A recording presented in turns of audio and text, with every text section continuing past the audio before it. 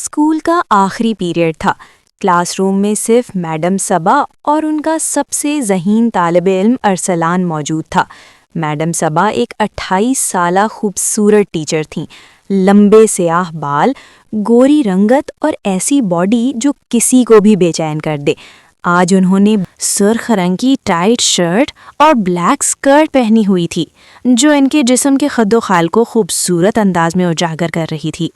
ارسلان 19 سال کا نوجوان تھا، لمبا قد، مضبوط جسم اور آنکھوں میں ایک شرارتی چمک۔ وہ کلاس میں ہمیشہ آخری بینچ پر بیٹھتا تھا تاکہ میڈم کو بغیر رکاوٹ کے دیکھ سکے۔ آج ٹیسٹ پیپر چیک کرنے کے بہانے میڈم نے اسے رکایا تھا۔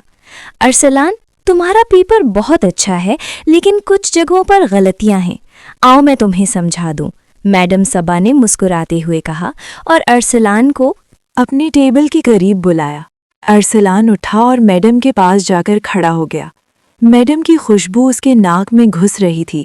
وہ جھک کر پیپر دیکھنے لگی تو ان کی شرٹ کا بٹن کھل گیا اور ارسلان کی نظر ان کے گہرے کلیویج پر پڑ گئی۔ ارسلان کا دل زور زور سے دھڑکنے لگا۔ میڈم، یہاں کیا غلطی ہے؟ ارسلان نے قریب جھک کر پوچھا۔ اس کی سانس میڈم کی گردن پر لگ رہی تھیں۔ میڈم صبا نے سر اٹھایا تو ان کی آنکھیں ارسلان کی آنکھوں سے ٹکرائیں۔ ایک لمحے کو دونوں خاموش رہے۔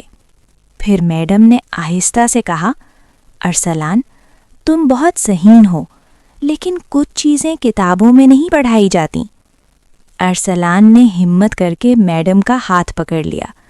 میڈم، آپ بہت خوبصورت ہیں، میں روز آپ کو دیکھ کر سوچتا ہوں کہ… بات ادھوری چھوڑ گیا۔ میڈم صبا نے ہاتھ نہیں چھڑایا بلکہ مسکرا دی۔ کیا سوچتے ہو ارسلان؟ بولو نا۔ ارسلان نے دروازہ بند کر دیا اور واپس آ کر میڈم کے قریب کھڑا ہو گیا۔ میں سوچتا ہوں کہ آپ کو چھو کر دیکھوں، آپ کی نرم جلد کو محسوس کروں۔ میڈم صبا کا چہرہ سرخ ہو گیا لیکن انہوں نے ارسلان کو روکا نہیں۔ ارسلان نے آہستہ سے میڈم کی کمر میں ہاتھ ڈالا اور انہیں اپنی طرف کھینچ لیا۔ میڈم کی سانسیں تیز ہو گئیں۔ ارسلان نے ان کے ہونٹوں پر اپنے ہونٹ رکھ دیے۔ پہلے تو میڈم ہچکچائیں لیکن پھر انہوں نے بھی ارسلان کو بوسہ لوٹایا۔ دونوں کے جسم ایک دوسرے سے مل گئے۔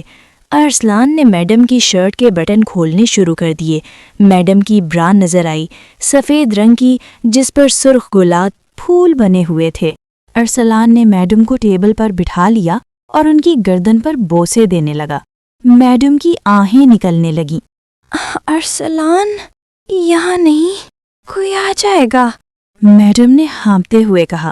میڈم، اسکول خالی ہو چکا ہے، اب صرف ہم دونوں ہیں، ارسلان نے کہا اور میڈم کی سکرٹ اوپر کر دی۔ میڈم کی سفید ٹانگیں نظر آئیں۔ ارسلان نے ان کی ٹانگوں پر ہاتھ پھیرا اور آہستہ آہستہ اوپر کی طرف بڑھا۔ میڈم صبا اب مکمل طور پر ارسلان کے حوالے ہو چکی تھیں۔ انہوں نے ارسلان کی شرٹ اتار دی اور اس کے سینے پر بوسے دینے لگیں۔ ارسلان نے میڈم کو ٹیبل پر لٹایا اور ان کے جسم کو چومنے لگا۔ میڈم کی آہیں کلاس روم میں گونج رہی تھیں۔ دونوں ایک دوسرے میں کھو گئے۔ ارسلان نے میڈم کے اندر داخلہ لیا تو میڈم چیخ اٹھیں، لیکن خوشی کی چیخ۔ دونوں کے جسم ایک تال میں ہلنے لگے، پسینہ پسینے میں شرابور۔ دونوں نے ایک دوسرے کو جنت کا مزہ دیا۔ آدھے گھنٹے کی اس ملاقات کے بعد دونوں تھک کر ٹیبل پر لیٹ گئے۔ میڈم صبا نے ارسلان کے بالوں میں ہاتھ پھیرتے ہوئے کہا، ارسلان، یہ ہمارا راز رہے گا، لیکن اگلے ٹیسٹ میں تمہیں اور اچھے نمبر لانے ہوں گے۔ ارسلان نے مسکرا کر کہا، میڈم، اب تو میں ہر روز ایکسٹرا کلاس لوں گا۔ دونوں ہنس پڑے اور ایک بار پھر ایک دوسرے کے گلے لگ گئے۔